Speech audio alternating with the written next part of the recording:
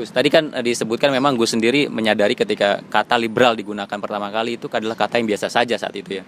Dan memang kosakata itu sekarang menjadi vocabulary yang sangat berbeda di ranah kamus bahasa Indonesia. Jadi ketika orang menggunakan kata-kata liberal seolah-olah ada konotasi yang maaf kenyataannya agak negatif gitu. Karena sebagian kalangan menilai kata-kata liberal adalah kata-kata yang seolah-olah tidak ada pagar-pagar di situ, tidak ada rambu-rambu dan kita bisa berpikir apapun bagaimanapun dengan cara apapun. Dan itu apakah dulu juga terpikirkan saat itu ketika memilih nama itu akan karena kan di luar negeri itu kan kata liberal adalah sebuah kata-kata yang tidak begitu menakutkan gitu. Teologi pembebasan.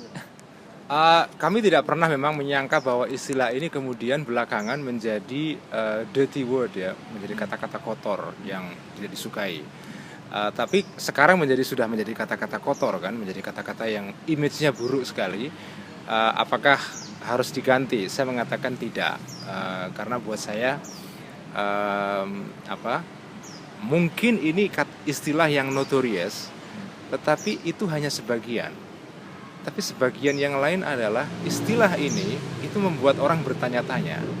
Jadi memang tugas saya dan teman-teman melalui gerakan ini adalah membuat orang itu resah. Tugas saya adalah mengganggu keamanan orang-orang di dalam berpikir, supaya orang tidak merasa nyaman. Tugas saya bukan seperti dai-dai pada umumnya yang memberikan ketenteraman, seperti Arifin Ilham, Yusuf Mansur. Itu sudah banyak sekali itu. Umat Islam menurut saya terlalu banyak memiliki figur-figur yang menenangkan seperti itu. Itu semua adalah figur aspirin. Ya, itu figur aspirin yang menenangkan umat Islam. Umat Islam butuh itu. Jelas, karena umat butuh ketenangan, butuh tranquility, butuh kesyahduan, kekhusyuan, itu betul. Tetapi juga ada dimensi lain yang dibutuhkan oleh umat Islam, yaitu bertanya. Nah, kalau semua tokoh-tokoh Islam dan figur-figur Islam itu figur-figur aspirin, hanya memberikan balsem, memberikan ketenangan, tidak ada yang menggugah umat untuk bertanya, untuk bangkit dari tidurnya gitu. Menurut saya itu enggak seimbang. Jadi ada, kalau istilah Gus Dur dulu itu, ada yang pancal pedal gas, ada yang ngerem juga. Jadi menurut saya kombinasi mobil akan jalan dengan baik kalau ada gas dan rem. Jadi tugas kami, saya ini dengan Islam liberal adalah menancap gas sekencang-kencangnya. Dan saya ingin lihat sejauh mana mobil umat Islam ini bisa speednya bisa jalan. Sejauh mana. Kalau misalnya ini speed sekian kayaknya nggak kuat, ya direm saja. Gitu kan. Nah, tapi tugas ngerem ini bukan tugas kami, ini tugas MUI, tugas NU, tugas Muhammadiyah, tugas tokoh-tokoh yang selama ini menjadi penenang umat kan. Tapi kalau umat Islam itu isinya adalah rem semua, yang nggak jalan mobilnya. Yang menarik dari Gus Ulil kan faktor liberalisme itu berakar dari semacam kayak tradisionalismenya itu. Kalau ya, kita kan mengenal Gus sebagai anak seorang kiai, terus juga mantu dari seorang kiai besar yang bahkan kemarin sempat muncul namanya itu dan Gus Mus. Jadi tradisinya begitu mengakar gitu ya, mengakar dan bahkan ya diakui oleh kalangan pesantren sendiri.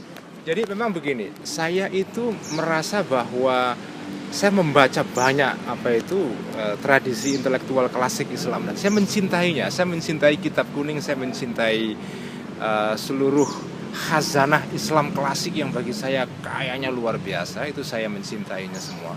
Saya baca dengan cukup mendalam, mengapresiasinya. Baik itu fikih, baik itu kalam, falsafah, tasawuf atau ilmu-ilmu alat yang lain. Bagi saya itu ini luar biasa. Nah, setelah saya membaca tradisi Islam yang begitu mendalam, yang begitu kaya luar biasa, beragam, saya akhirnya berkesimpulan bahwa sebetulnya yang sampai kepada umat Islam sekarang ya, itu hanya sebagian kecil sebetulnya. Jadi umat Islam belum mengenal khazanah pemikiran Islam yang begitu kaya. Dan karena itu saya banyak sekali diinspirasikan di dalam menggagas gagasan yang dianggap nakal oleh banyak kalangan ya. Itu sebetulnya sumber ilhamnya banyak dari para ulama-ulama klasik. Al-Ghazali sendiri, ada Ar-Razi, ada Ibnu Sina, ada Al-Farabi, Ibnu Khaldun. Kalau kita baca Ibnu Khaldun itu ampun itu. Itu luar biasa. Saya tidak bisa membayangkan bagaimana umat Islam yang melahirkan tokoh yang hebat seperti Ibnu Khaldun tiba-tiba sekarang kok seperti ini. Itu bagi saya itu nggak masuk akal itu. Ini ada kemerosotan ranking ya. Kalau ibarat pemain tenis itu, ini dari ranking 1 Djokovic tiba-tiba dia merosot sampai ranking 1000. Jadi buat saya ini nggak bisa dibiarkan. Umat Islam dulu pernah punya orang seperti Ibnu Khaldun, Ibnu Rushd. Yang lebih keren lagi adalah namanya Ar-Razi, Abu Bakar Ar-Razi, yang merupakan filosof, bukan Ar-Razi yang teolog ya. Itu kalau kita baca bukunya itu dahsyat sekali. Kalau kita baca itu semua, sebetulnya orang Islam itu kalau mau liberal pemikirannya tidak perlu pinjam dari Barat. Cukup membaca tradisinya sendiri itu sudah akan menjadi liberal. Karena di dalam tradisi Islam itu yang liberal ada, yang fundamentalis ada, yang ala NU ada, yang ala Wahabi ada, ala Muhammadiyah ada. Tinggal istilah bahasa Inggrisnya tinggal cherry picking. Tinggal cherry picking, tinggal petik-petik aja. Lu mau apa? Mau gaya liberal ala Nietzsche ada dalam Islam. Lu mau liberal gaya Spinoza ada. Yang konservatif ala NU ada. Yang fundamentalis ala ISIS ada. Yang fundamentalis ala Jamaah Islamiyah ada. Jadi iya betul. Jadi khazanah Islam itu sebetulnya adalah seperti prasmanan, seperti buffet. Itu seperti buffet. All you can eat. All you can eat. Jadi all you can eat is there. Jadi itu yang buat saya sekarang ya umat Islam jarang yang tahu. Oke Gus, terus kalau kita melihat, maaf Gus, kita kan komunikasi lewat WhatsApp Gus ya. Di statusnya WhatsApp-nya Gus nih, mungkin kalau ini sifatnya private, cuman saya perlu sampaikan di sini. Life begins at 40. Sementara tulisan Gus itu dulu kan dimulai tahun umur 35. Umur 35, life begins at 40. Terus kita juga mengetahui ada jenjang sekian. Sekarang sudah 13 tahun sejak tulisan itu muncul. Ada nggak sih refleksi baru dari tulisan yang lalu itu juga? Kenapa Gus Ulil melihat life begins at 40? Mungkin Nabi memang 40 tahun dan banyak yang lainnya juga tokoh dimulai usia 40 tahun. Tapi apa yang pandangan Gus sendiri? Life begins at 40 menurut saya itu begini. Ketika saya nulis status itu adalah begitu Anda sudah sampai pada umur 40 tahun, itu everything is settled. Kamu nggak bisa berubah lagi. Kalau kamu pada umur 40 itu pikirannya adalah A atau B atau C, kamu akan seperti itu sampai akhir hayat. Artinya seperti sebuah kue dicetak sudah jadi ya sudah. Kalau mau Anda mengubah sesuatu itu ya before 40. Begitu Anda sudah menjadi sesuatu pada 40, itu most likely bisa juga berubah ya. Pada umur lebih dari itu juga bisa.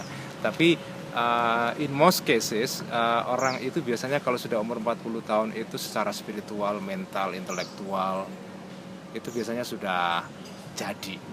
Entah jadi jelek atau baik. Tapi kalau sudah jadi ya sudah selesai. Anda tidak bisa mengubah secara fundamental, tapi ya bisa kasih ornamen-ornamen dikit-dikit lah ya, berubah-ubah, tapi perubahannya itu tidak radikal. Jadi kalau dalam bahasa Inggris disebut dengan tinkering. Anda bisa tinkering terhadap orang yang sudah umur 40 tahun tapi tidak bisa mengubah secara total. Nah, terus yang 13 tahun berselang sejak tulisan Gus yang dulu itu. Apakah Gus ada refleksi baru tentang tulisan itu? Mungkin bukan penyesalan kali ya. Kok bisa ya gue ngomong gitu misalnya kasarnya, atau bahkan koreksi terhadap tulisan Gus sendiri. Karena kan namanya manusia ada proses. Ya, kadang-kadang saya merenung begitu, melihat reaksi yang luar biasa, melihat serangan-serangan yang diarahkan kepada saya, sebagian juga black campaign ya kepada saya. Kadang-kadang saya berpikir mungkin if I could turn the history, mungkin saya tidak ingin menulis seperti itu. Kalau seandainya saya bisa mengubah arah waktu atau balik lagi ke masa lampau. Tapi kemudian saya pikir-pikir, sekarang saya berpikir begini, mungkin inilah tugas yang diberikan oleh Allah kepada saya. Karena ada sebuah hadis yang di situ Nabi bersabda, kullun muyassarun lima khuliqalahu. Setiap orang itu dimudahkan untuk melakukan sesuatu yang cocok dengan karakter dirinya. Jadi Tuhan itu memberikan kepada masing-masing individu manusia semacam ukuran ya. Wa kulla syai'in qaddarnahu taqdira. Segala sesuatu itu diberikan ukuran oleh Tuhan. Ada ukurannya yang X, ada yang L, ada yang L, ada yang double L, ada yang M, ada yang S ya. Nah, manusia itu akan bahagia dalam hidupnya kalau dia mengerti ukuran yang diberikan Tuhan untuk dirinya. Dalam bahasa Inggris ada ungkapan yang bagus. Man and woman are happy when they are at peace with themselves. Jadi orang itu akan merasa bahagia kalau dia bisa berdamai dengan dirinya. Kapan orang itu bisa berdamai dengan dirinya? Kalau dia mengetahui ukuran yang diberikan Tuhan untuk dirinya. Dalam istilah lain, orang tahu makomnya. Kalau Anda makom aspirin, ya terimalah takdir itu. Anda tugasnya adalah memberikan ketenangan kepada umat. Tetapi kalau makom kamu adalah makom yang memberikan umat semacam jotosan supaya mereka itu bangkit dari tidurnya, ya terimalah takdir itu. Jangan mengingkari itu, karena begitu Anda mengingkari takdir kamu, maka kamu tidak bahagia. Jadi orang akan bahagia when people are at peace with themselves. Mereka merasa berdamai, tidak mengingkari dirinya, sehingga dia mencari sesuatu yang lain, sehingga dia tidak menjadi dirinya sendiri. Sehingga kok gue bukan gue sih kalau istilah orang Jakarta, kok gue bukan gue. Kalau